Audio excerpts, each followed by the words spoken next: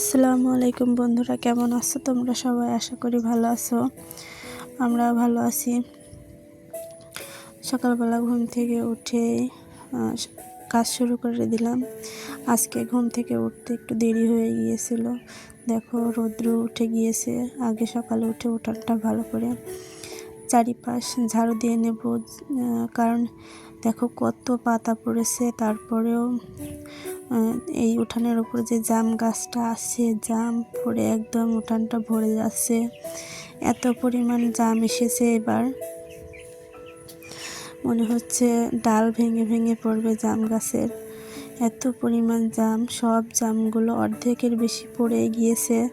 মানে প্রতিদিনই এত জাম পড়ে, মনে হয় যে গাছে জাম থাকবেই না। তারপরেও কিন্তু অনেক জাম আছে গাছে। দেখো, এখানে ঝাড়ু দিয়েছি। আমি সকালে একবার ঝাড়ু দিই, বিকেলে একবার ঝাড়ু দিই, 2বার ঝাড়ু দিই। তারপরেও এত জাম প্রতিদিনই কিন্তু পড়ে। এত জাম যদি থাকতো তাহলে গাছে কতই না জাম হতো। তারপরে অনেকই থাকবে। তোমাদের সঙ্গে কথা বলতে বলতে এদিকে আমি উঠানটা সুন্দর করে ঝাড়ু দিয়ে নিয়েছি। তারপরে পুকুর পাড়ে কিছু কাপড় চোপড় আমি ভিজিয়ে রেখেছিলাম সকালে উঠেই। তারপরে ওইগুলো কেচে এখন যে বাড়ির মধ্যে নেড়ে দিচ্ছি।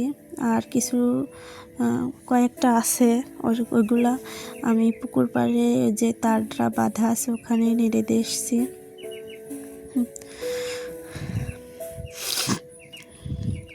আর এখন থালা বাসনগুলো আমি অফ ক্যামেরাতেই ভালো করে মেজে ঘষে পরিষ্কার করে নিয়েছি। এখন এই জায়গাতে পানি ঝরাতে দেব।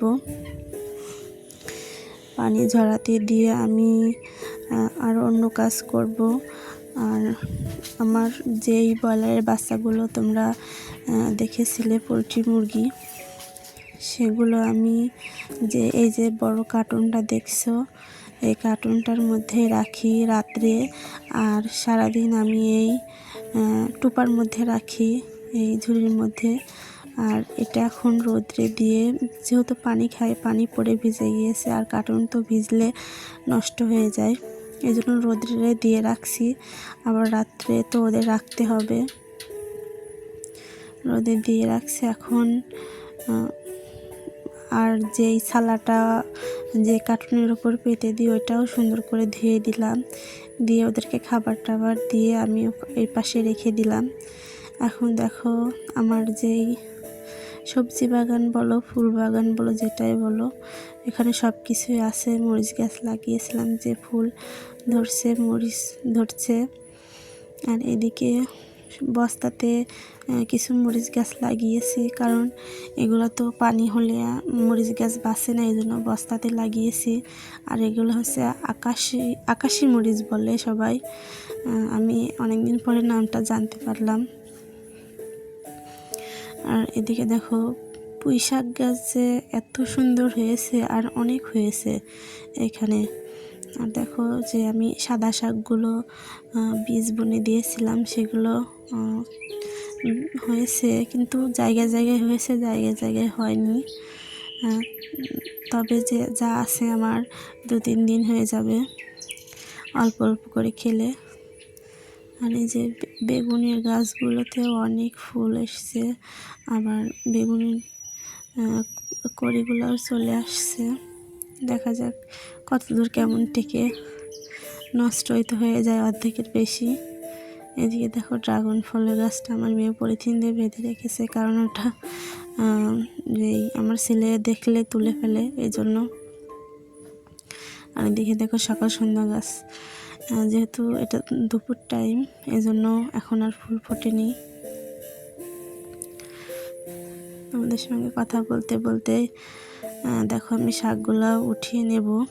আর এদিকে একটা ভিডিওতে আমার একটা আপু কমেন্ট করেছিল, রূপা রানী আইডি থেকে লিখেছে, অসাধারণ একটি ভিডিও দেখলাম, ভীষণ ভালো লাগলো। দিদিভাইকে অনেক ধন্যবাদ জানাই এত সুন্দর একটা কমেন্ট করার জন্য।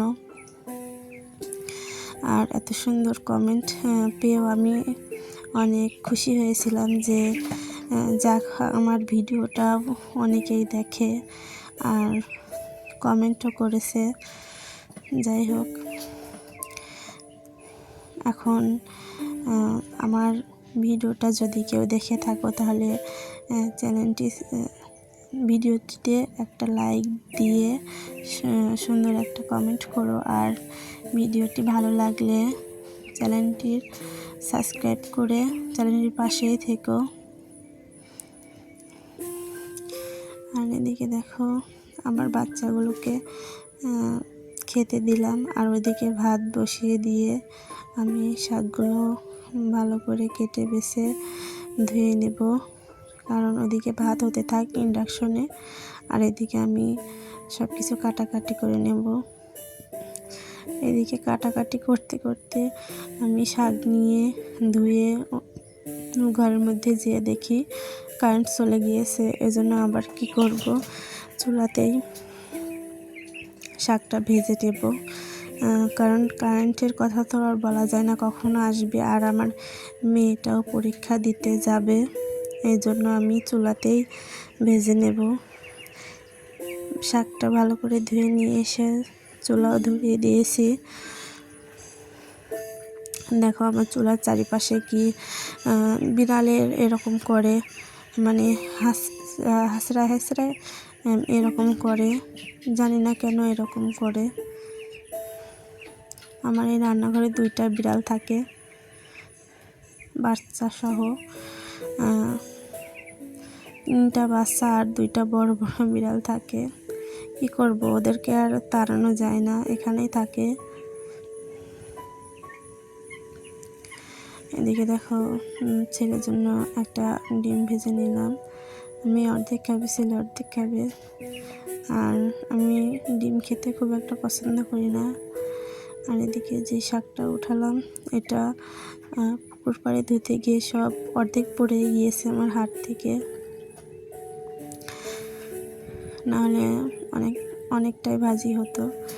আর দেখো নাড়তে নাড়তে কতটুকু হয়ে গেল, যা আছে তাতেই হয়ে যাবে, আমি খাবো, আমার মেয়ে খাবে, আর ছেলে তো শাক ভাজি খাবে না।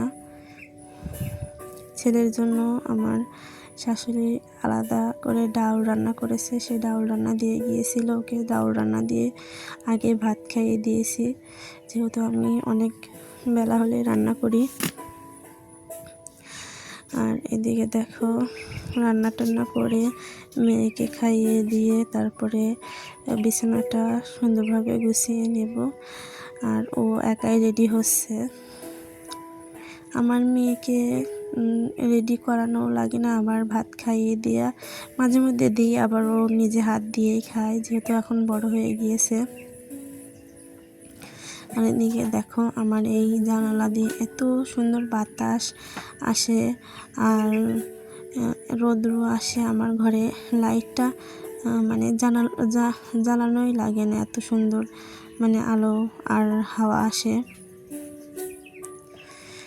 ভাবছি এই যে খাটের সামনের দিকে খালি খালি দেখা যায়, এখানে কিছু আর্টিফিশিয়াল ফ্লাওয়ার্স এনে এখানে একটা তাক মতো বানিয়ে এখানে বসাবো, দেখি ঈদের আগে করা যায় কিনা যায়। ভিডিও শেষ পর্যায়ে। খোদা হাফেজ।